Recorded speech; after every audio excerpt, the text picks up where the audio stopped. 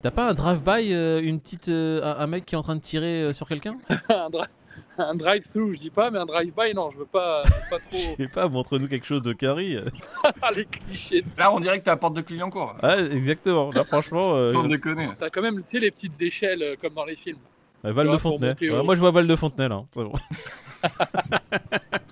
On a un bitcoin ici à 87 000. Il est à combien aux États-Unis, David? Là, à San Francisco, vu qu'il y a 8 heures de moins, il doit être à 84. Arbitrage. T'en achètes à 84, tu vends à 88. Allez. Vu que le marché ne vous fait pas voyager et que vous êtes broke à cause du fait que l'alt season n'a pas eu lieu, on va essayer de vous faire voyager au Café du Coin. Tu veux pas nous aller tester une pizza et nous faire une review, David? Ouais, il y en a une bien là à côté de Mason Street, je vais regarder. Restez avec nous, on va voir si la pizza qu'il va prendre est bien notée ou non. On va essayer de faire un petit point sur le marché avec Peter, la personne qui passe lambda là.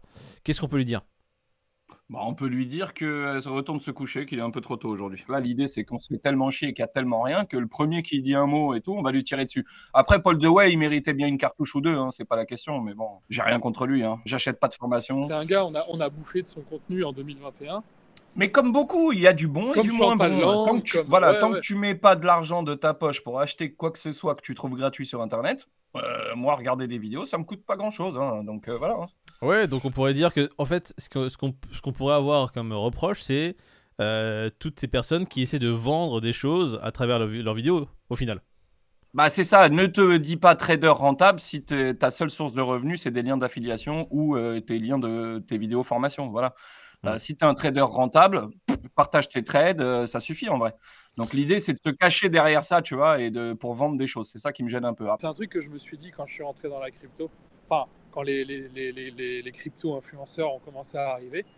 Tu sais, de manière très candide, je me dis, mais frérot, si t'es chaud en trading, qu'est-ce que tu vas t'emmerder avec des liens d'affiliation? Alors moi, je peux le comprendre. Là, je vais rajouter ma petite souche entrepreneur. De quoi? C'est diversification des revenus? Si je suis bon en trading et que je fais des vidéos et que je peux monétiser des vidéos ou avoir une ressource d'argent à travers des vidéos autres, je le fais. Ouais, mais le trading, en fait, c'est exponentiel, tu vois. Il y en a qui savent le faire. Hein.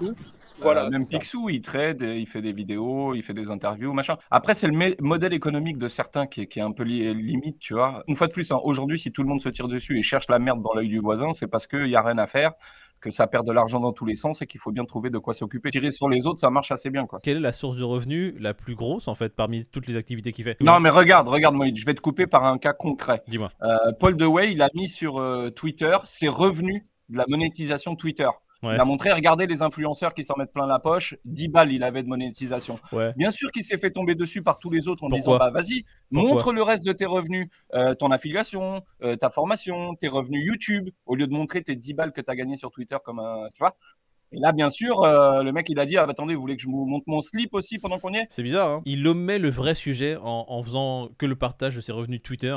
Genre, les gars, ils me tombent dessus pour mes revenus d'affiliation. On sait très bien de quelle affiliation tout le monde parle. Ça a niqué un peu son discours. Bon, après, Paul Dewey, il y a du bon et du moins bon, comme chez beaucoup d'influx, hein, tout simplement. Je suis d'accord avec toi. Tant que le contenu est gratuit, il faut pas critiquer. Par contre, on peut critiquer le contenu payant. Si elle n'apporte rien aux viewers ou à la personne qui paye, ouais, on devrait être très critique à l'égard de ces gens-là. Je suis même quasi certain que tu demandes à ChatGPT de te sortir la formation de Paul, elle doit être sur Internet quelque part et qu'il te la sort. Mais c'est très intéressant ce que tu viens de dire. Tu prends la version ChatGPT gratos, tu lui demandes de te faire une formation sur le trading, je pense qu'elle met en PLS la majorité des formations qui existent chez les influenceurs, pardon. Nous, on a la version payante parce que nos activités font que... On parle de ChatGPT. Des analyses... Pas de Paul. Sur ChatGPT. L'analyse technique sur ChatGPT, ouais, c'est bluffant. Si tu promptes bien, oui. Bluffant, vraiment. Pour les viewers, on va vous parler d'un outil qui peut être très intéressant pour vous, pour le trading, sans avoir à payer des formations auprès des influenceurs, sans avoir à payer quelque chose nulle part. Dans l'intra-swing, comme dirait Xavier Fenot, tu envoies à ChatGPT une courbe daily, par exemple, et tu lui dis, fais-moi une analyse technique de ça en UT 5 minutes, en UT 15 minutes. Et le truc, déjà, il est super précis. Et j'ai testé, tu vois, j'ai fait 2-3 calls sur ça, et oui, le mec Alors, est bon. On dirait que c'est un très bon support. La version gratuite. C'est un très bon support. C'est pas le support voilà. C'est pas l'unique chose sur laquelle il faut se fier évidemment. Mais bien sûr. Voilà. Mais oui, en termes de support, de retour qu'il va te donner sur l'instant T, c'est incroyablement bien. C'est un compagnon, ChatGPT, c'est un vrai outil.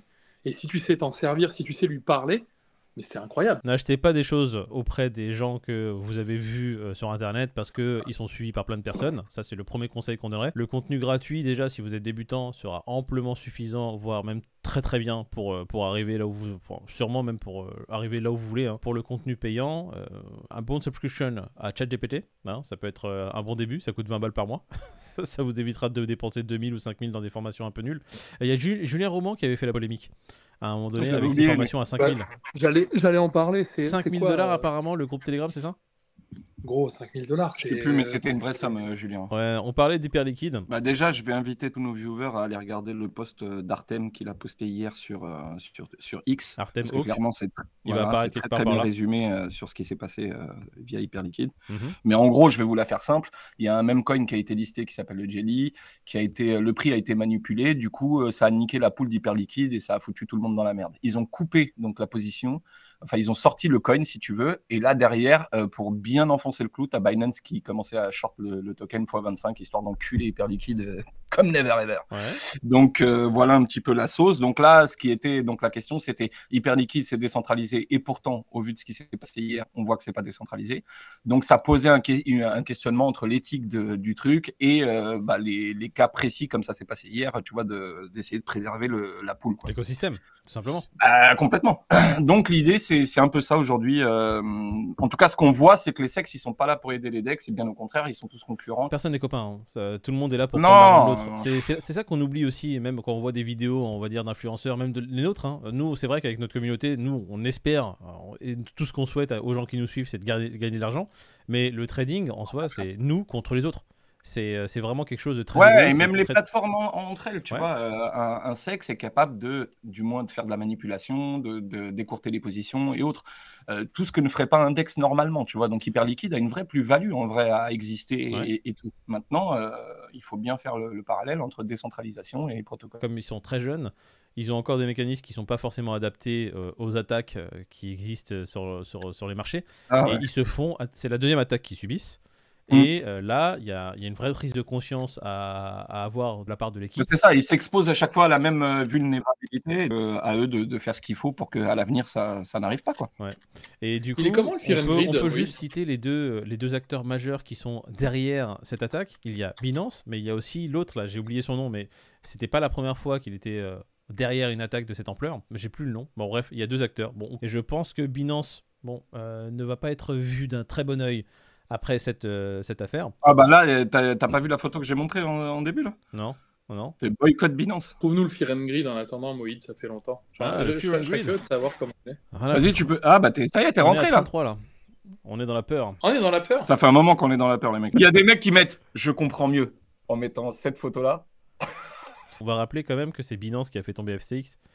Et Binance l'a fait en toute connaissance de cause. Et il y en a qui disaient qu'ils l'ont fait en mode chevalier blanc. Hein. En gros, il a essayé et c'était tellement le bordel qu'il n'a pas pu et du coup, ça a sonné le glas. Quoi. David, bon écoute, on n'a pas pu avoir cette review de la Slice Pizza.